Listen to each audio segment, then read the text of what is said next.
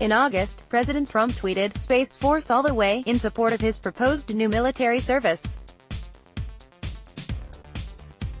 Could it serve as a motto for the branch? NASA, NOAA. Image with text by Amanda Kuzer, CNET. From the start, the name Space Force sounded like a punchline. It carried echoes of juvenile name-calling and Hollywood laugh lines. Space Cadet, Spaceballs, Marvin the Martian's Q-36 explosive space modulator. But despite the plans getting blasted by Twitter snark and inspiring a new Netflix comedy starring Steve Carell, President Donald Trump's Space Force is serious business. The basic concept is a call to arms for a new way of dealing with military matters in Earth's orbit. The Trump administration hopes to have a United States Space Force up and running by as soon as 2020, but politics could stand in the way of meeting that goal. The midterm elections of 2018 and resulting shift of power in the House of Representatives from Republican to Democratic control make it unlikely a whole new branch of the military will be created as Trump initially proposed. At least not until the next election. In the meantime, Trump formally re-established the United States Space Command as a division within the Department of Defense on August 29. Space Command is one of 11 unified combatant commands that oversee a certain geographical or functional area. United States European Command and Cyber Command are a few other examples of existing combatant commands. Space Command isn't new. It was established in 1985 by President Reagan and went away when it was merged with U.S. Strategic Command in 2002 following the terrorist attacks of Sept. 11, 2001, Trump said that reviving the command is a step towards creating his Space Force as a sixth military branch. Another idea from the White House is to create a Space Force that exists within the structure of the Air Force. On Feb. 19, President Trump signed Space Policy Directive 4 calling for the creation of a Space Force department that will be under the purview of the Secretary of the Air Force. The directive specifically maintains the goal of eventually converting the new department into its own, sixth military branch. Even as a department within the Air Force, the new Space Force will still need to have its funding approved by Congress in an upcoming budget. Still, in just a few years, military recruiters could be looking to sign up America's best and brightest for a brand new military duty that no one was talking about a year ago. Here are some key things to know about what exactly a Space Force might do and how this vision might turn into reality. How did this Space Force talk get started? The idea for a cosmic military branch seems to have begun as an aside by President Trump, who first used the term Space Force in public. During an address to Marines in March 2018, "We're doing a tremendous amount of work in space, and I said, maybe we need a new force. We'll call it the Space Force," Trump said during the speech. "I was not really serious, and then I said, what a great idea. Maybe we'll have to do that." 3 months later, Trump made it clear he was serious. At a meeting of the National Space Council, he directed the Department of Defense to begin the process of forming a sixth branch of the military. "It is not enough to merely have an American presence in space," Trump said. "We must have American dominance in space. The president doesn't have the authority to create a military service on his own. That's a job for Congress," which last it said in 1947 when, with President Harry Truman's signature, it spun the Air Force out of the Army.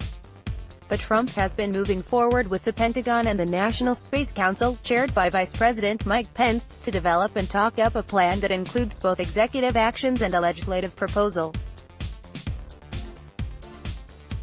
Now playing, watch this, the U.S. is getting a Space Force 116 in October 2018. The Space Council approved 6 recommendations to send to the president, which became part of Trump's 4th Space Policy Directive. The recommendations lay the groundwork for the Space Force by establishing a new, unified Space Command as well as a new Space Technology Procurement Agency, and by initiating an interagency review of space capabilities. In addition, Pence said during his speech announcing the plan, the Space Council would work with the National Security Council 2. Remove red tape around the rules of engagement in space, which could be construed as looking for a way around the insistence by the International Outer Space Treaty that all activities in space be peaceful. So what exactly is a Space Force? This is one of the foggier parts of the proposal.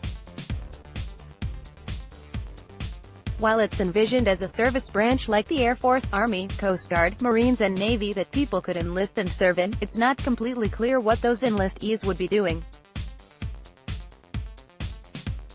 It seems unlikely that the Space Force will be sending troops to space on a regular basis, if at all. Instead, it appears a Space Force would be much more focused on imposing military influence on current space traffic, which is mostly unmanned spacecraft, satellites by and large, and also consolidating the way items in space are used to guide and assist military operations on the surface of the planet. Isn't our military already doing things in and about space? Yes, the U.S. military has been actively involved in space activities for decades. In the 1960s, at the same time that NASA was working toward a moon landing, the Air Force even had a parallel manned space program with its own astronauts, although none of them ever launched, as far as we know. Today, a significant portion of U.S. military activities tied to space resides in the Air Force Space Command, headquartered in Colorado, with over 30,000 people worldwide and launch facilities in Florida and California.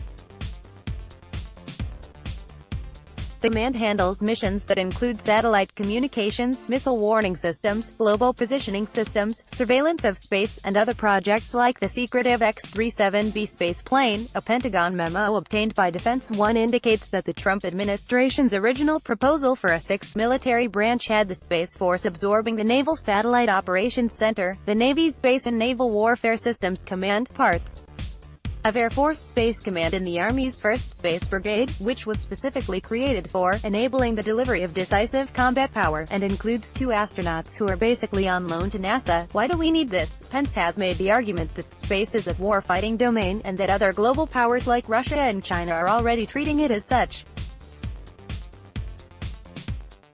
That phrase echoes what some in the Air Force have been saying for months. The stakes are high. Much of our 21st century economy and lifestyle, from bank transactions to weather forecasting to television service to the GPS directions guiding you on your vacation road trip, depends on satellites functioning round the clock and without interruption. The military depends on them too. But space right now is a bit like the Wild West, with a wide-ranging mix of government and commercial satellites, all of them sitting ducks. We've even seen an instance of target practice. In 2007, China shot down one of its own satellites, mission accomplished in its own right. It also littered orbit with potentially destructive space debris. Many saw the operation as a veiled display of military power. Is everyone on board with the idea? Definitely not. Since Trump's aside in March of 2018, the notion of a Space Force has been a constant target of ridicule on social media, talk shows and sometimes even on CNN. Now playing, watch this, will Trump's Space Force really protect us all?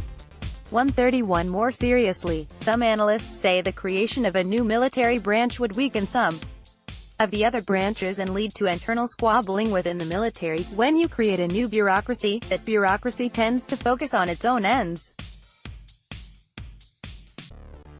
That's where the problems happen. Dan Grazier, military fellow at the Center for Defense Information at the Project on Government Oversight, told Space News.